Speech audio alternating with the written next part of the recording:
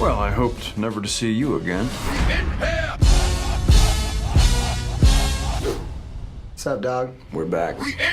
Ladies, nobody cared about the Jump Street reboot, but you got lucky. So now this department has invested a lot of money to make sure Jump Street keeps going.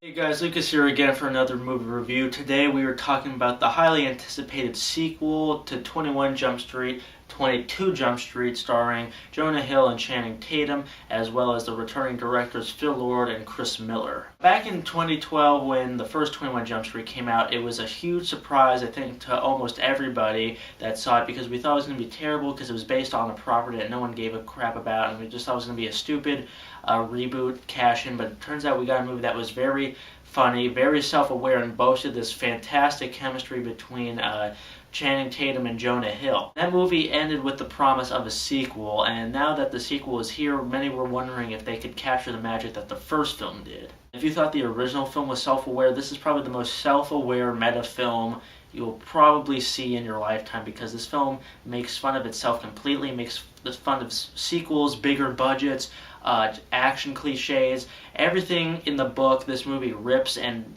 completely makes fun of itself. That's one of the movie's biggest strengths, is that this movie literally has the same exact plot as the first one, except this time it's in college, and they know that. They make many references to the fact that this is the same movie and it's the same formula that people want to see, and while that may bother a few people expecting some kind of variety, then you're not going to get it here, but it doesn't really matter because the focus was never on the plot. It's about the jokes and really the chemistry between the two leads. And I think that's what surprised me the most in the 2012 film, was the chemistry between Hill and Tatum, because they were this very unlikely duo, but they were fantastic in the first film, and you could tell that their friendship and chemistry has matured into this film, because they seem like they're having a great time, and again, they play off each other so well, and to me they're kind of like the modern day Mel Gibson and Danny Glover. I also think one of the smartest moves on the choice of the screenwriters and directors is bringing more Ice Cube in